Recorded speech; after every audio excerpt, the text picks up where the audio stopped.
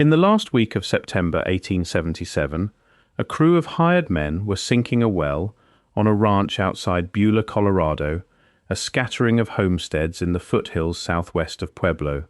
The digging was routine until it was not.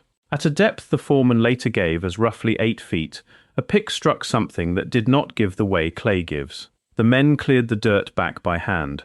What came up out of the ground was a figure lying on its side, knees slightly drawn, arms close to the body, the whole of it stone hard and the color of wet ash.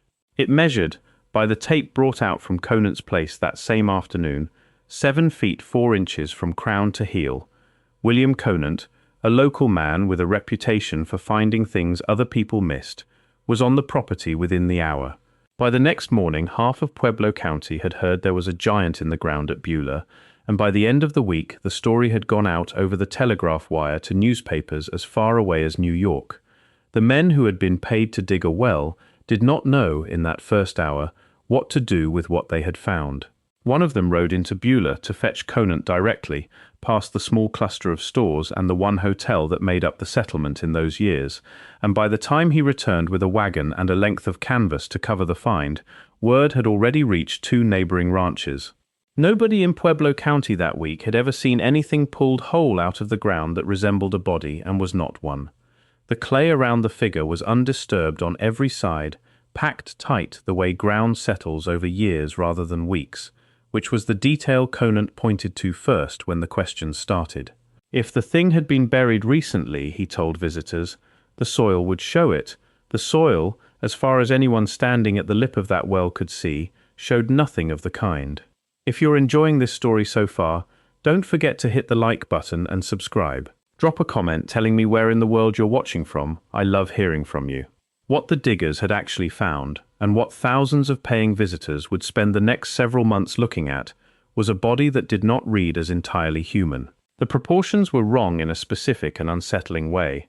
The limbs were long relative to the torso, the face was flattened, the brow heavy, the jaw pushed forward, and at the base of the spine, where nothing should have been, witnesses described a short, blunt protrusion that newspapermen were quick to call a tail. In an era when Darwin's ideas about human descent were still fresh enough to feel dangerous, a stone man with an ape's proportions and what looked like the remnant of a tail was not just a curiosity, it was ammunition, for whichever side of the argument you were already on. The surface itself had a granular, almost muscular texture under the ash-grey colouring, and where the skin should have creased at the joints, it did. Whoever or whatever had produced this thing had gone to considerable trouble to make it look like something that had once been alive. Conant did not sit on his discovery. Within days he had a name for it, borrowed from a popular vaudeville song of the period about a fictional Irish strongman, and the Solid Muldoon began touring under canvas, first through southern Colorado, then east. A committee of local citizens examined it and pronounced themselves satisfied it was no trick. A pair of self-described scientific men from Denver did the same. Telegraph dispatches described skeptics converted on the spot, hands run along the stone surface, no seam found. Conant, and the silent partner working behind him, understood something about the summer of 1877 that most of the men paying their quarters at the tent flap did not. This was not the first stone giant to come out of American ground in that decade. It was the second. The first had surfaced 8 years earlier in Cardiff, New York, on the farm of a man named William Newell, and it had made a fortune for the man who buried it there before anyone dug it up. That man's name was George Hull, and by 1877 he was in Colorado, working under an assumed distance from the operation, financing the Beulah dig through Conant while keeping his own name off the newspaper wire. The origin of Hull's first fraud was almost incidental. He had gotten into an argument, some years earlier, with a traveling minister over a line from Genesis, describing giants who once walked the earth, and he had left that argument convinced he could build proof convincing enough to embarrass every believer and skeptic who took the bait. He had a block of gypsum quarried in Iowa, shipped under false papers to a stonecutter in Chicago sworn to secrecy, carved into the rough shape of a reclining man, treated with acid and darning needles to age the surface, and buried on his cousin William Newell's farm outside Cardiff, New York. He let it sit in the ground for a year before arranging for well diggers to find it. The same method he would repeat almost exactly in Colorado. That first giant had earned him and his partners tens of thousands of dollars in gate receipts before a Syracuse dentist, unconvinced from the start by the smoothness of the figure's surface, arranged for a geologist to examine it and make the findings public. Hull did not walk away from that exposure with a lesson learned about honesty. He walked away with a working method, refined by one full cycle of trial and failure, and Colorado, with its remote ranch land, its thin scientific presence, and its hunger for a story that made the territory sound significant, was the next place to try it again. The materials this time were different, and Cheverer, later analysis, once anyone bothered to conduct one, found the solid Muldoon was not gypsum at all. It was a compound, mortar and rock dust bound with ground bone, blood, and meat, packed into a mold, and left to cure for months before burial, and aged further underground before the well diggers ever reached it. Whoever mixed that recipe understood that a stone giant needed the surface texture of something that had once been organic, not the smooth face of quarried rock. It was a more sophisticated fraud than the one that came before it, built by men who had already learned, at considerable expense, exactly which details fooled a skeptical committee and which did not. The showman P.T. Barnum entered the story the way he entered most stories about American giants that decade, which is to say quickly and with cash in hand. Barnum had tried and failed to buy the Cardiff Giant outright in 1869, and when its owners refused to sell, he had commissioned his own plaster copy and exhibited it as the real article, drawing crowds who preferred his fake to their genuine fake. When word of the Beulah discovery reached him, Barnum moved to secure exhibition rights to the Solid Muldoon before any scientific body had a chance to weigh in publicly. Newspaper accounts from that autumn describe an offer in the tens of thousands of dollars, and negotiations that stretched across weeks while paying crowds kept filing past the tent in Colorado and, later, in cities further east. The examination that ended it came from Yale. Othniel Charles Marsh, the paleontologist who had already put his name behind the exposure of the Cardiff Giant, was shown the Solid Muldoon in the winter that followed its discovery. Marsh did not need long.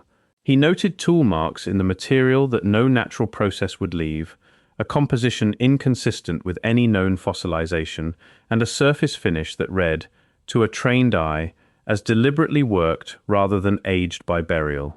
His verdict was reported in papers that had run the original discovery story with a straight face months earlier. The giant was manufactured. The blood and ground bone in the mixture were not evidence of a once-living creature. They were binding agents, chosen because they would read correctly under a magnifying glass to anyone not already looking for fraud. Marsh was not alone in reaching that conclusion. Chemists who examined fragments of the material independently reported the same composition, and at least one geologist noted publicly that no known process of fossilization produced a surface texture like the one on the Beulah figure, because nothing in nature needed to. By the spring of 1878, the story that had traveled by wire from a ranch well outside Beulah to newsrooms on the eastern seaboard had been quietly walked back in most of the papers that carried it, some in a paragraph buried well past the front page, the retraction never matching the size of the original headline. A handful of papers ran no correction at all, having already moved their readers on to the next season's news, which meant that for a portion of the public that first headline was the only version of the Solid Muldoon they would ever encounter. If you're hooked on this story, make sure to subscribe and turn on notifications so you never miss an upload. Your support means everything and helps me bring you more emotional stories like this one. The Solid Muldoon was not an isolated act of invention. It was the second production from the same director, and it would not be the last stone giant to surface in American soil before the century closed. The Cardiff Giant had proven the underlying appeal years earlier, a public that had grown up on scripture describing giants walking the earth, colliding with a public newly anxious about what Darwin's theory said about their own ancestry, made an audience that wanted a physical answer one way or the other and would pay to stand in front of one. Frontier newspapers, hungry for copy in the slow stretches between real news, learned the pattern fast. Through the 1880s and into the 1890s, small papers across Kansas, Nebraska, and the Dakota Territory ran their own dispatches describing giant skeletons turned up by farmers, well diggers, or railroad crews, most of them unverifiable, some of them retracted within days. Once a competing editor sent a correspondent out to look, most simply left to fade from that week's edition without a formal correction at all. The pattern was cheap to run and cheaper to abandon. A telegraph dispatch describing bones of extraordinary size cost an editor almost nothing to print, filled column space on a slow week, and rarely required a follow-up unless a rival paper embarrassed the first into printing one.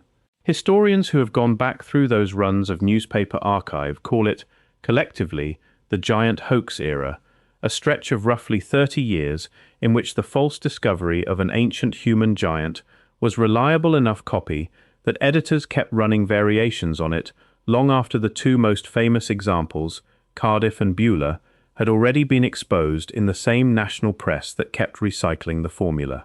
What made the Solid Muldoon different from most of its imitators was the money and the craft behind it. This was not a bored telegraph operator inventing 4 column inches to fill space. It was 2 men, one of them a repeat offender who had already run the scheme once at genuine financial cost to the people who exposed him, spending months manufacturing a physical object precise enough to survive committee inspection and a national bidding war before a Yale scientist finally cracked it. The rancher on whose land the well was being dug appears in the record mostly as a footnote, a man whose property happened to be chosen for the burial, his own name barely preserved next to Conant's and Hull's in most contemporary accounts, though it was his ground the story used to gain its first layer of credibility. A discovery made on a working ranch, by hired laborers digging for water rather than treasure, read as more trustworthy to 1877 readers than one staged in a tent from the start would have. That instinct, that ordinary labor produces more believable evidence than deliberate searching, was itself part of what Hull and Conant were selling, whether or not they thought about it in those terms. Choosing a ranch outside a settlement small enough that everyone knew everyone else's business was not incidental either. It meant the first witnesses were neighbors with nothing obvious to gain, men whose word carried weight, precisely because nobody could later accuse them of angling for a cut of the gate receipts. And it would be months before anyone thought to ask who had actually selected that particular spot on that particular property for a well in the first place. Hull himself had learned, the hard way, exactly how much scrutiny a story like this one could survive before it needed a second act. With the Cardiff Giant, he had let curiosity carry the exhibit for the better part of a year before serious doubt caught up with it. Beulah moved faster, partly because the country itself had grown more skeptical in the years between the two hoaxes, and partly because a showman of Barnum's stature circling the property with an open checkbook drew exactly the kind of national newspaper attention that also drew scientific attention. The same publicity that made the Solid Muldoon valuable was the publicity that put it in front of a man like Marsh within months rather than years. Fraud on that scale needed obscurity to survive, and obscurity was the one thing a story this good could never keep for long. The object itself did not vanish quietly once Marsh's findings circulated. It kept touring for a period afterward, now billed frankly as the celebrated Colorado hoax rather than as a genuine relic, because Barnum and the showman who followed his model had already discovered a durable truth about American audiences of that decade. A proven fraud, once its story was famous enough, could still draw a paying crowd on the strength of the story alone. People who would never have paid to see a lump of manufactured mortar came to see the thing that had fooled a committee of scientific men, fooled a showman willing to offer tens of thousands of dollars, and fooled newspaper readers from Colorado to the Atlantic coast for the better part of a season. The Muldoon's later exhibition history grows harder to trace with precision the further the 1870s recede, scattered across regional fair circuits and private collections whose records were never centralized the way a museum's would be, and its final resting place is not settled with confidence in the surviving record. Newspaper mentions of the figure grow sparser through the 1880s, appearing occasionally in advertisements for traveling curiosity shows, then not at all, the object drifting out of the public record the same way most of that era's manufactured wonders eventually did, sold, resold, or simply left in storage until nobody remaining could say with certainty what had become of it or where it had last been seen. What is settled is the sequence, because it repeated itself with almost no variation from the first giant to the second. A remote discovery, framed around ordinary laborers rather than treasure hunters, a rapid wave of local endorsement from citizens, flattered to be asked their opinion on a matter of apparent scientific weight. A showman's money arriving before a scientist's verdict, and then, eventually, one trained set of eyes looking closely enough, for long enough, to find the tool mark, the seam, the binding agent that did not belong in anything that had once drawn breath. The gap between the headline and the retraction was where the money changed hands, and both Hull and the newspapers that carried his story understood that gap was the entire business model. Nobody needed the giant to survive scrutiny forever. They needed it to survive long enough. A gate receipt collected in October did not need to answer for a geologist's report, filed the following March, and by the time most readers encountered the correction, if they encountered it at all, the season that had made the story worth telling had already passed. Hull is not recorded as having attempted a third giant after Beulah collapsed under Marsh's examination, though rumors of smaller, less ambitious copies surfaced in scattered corners of the country for years afterward, none of them tied to him directly, most of them the work of men who had simply read enough newspaper coverage of the first two frauds to understand the shape of the scheme without needing Hull's involvement at all. The method, once demonstrated twice in 8 years, no longer required its original architect.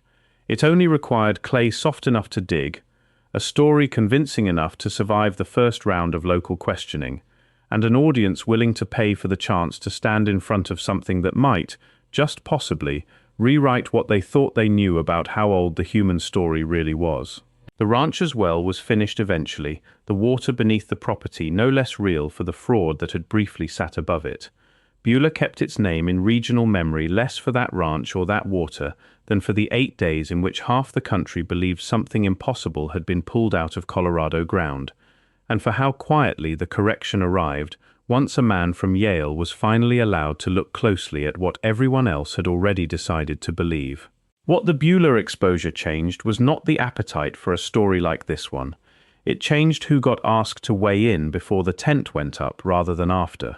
Showmen who had once relied on a friendly committee of local citizens began, in the years that followed, to seek out an independent chemist or geologist ahead of any public exhibition, not out of a sudden conversion to scientific rigor, but because a second embarrassment on the scale of Cardiff and Beulah threatened to cost more in refunded tickets than the fraud itself had ever earned.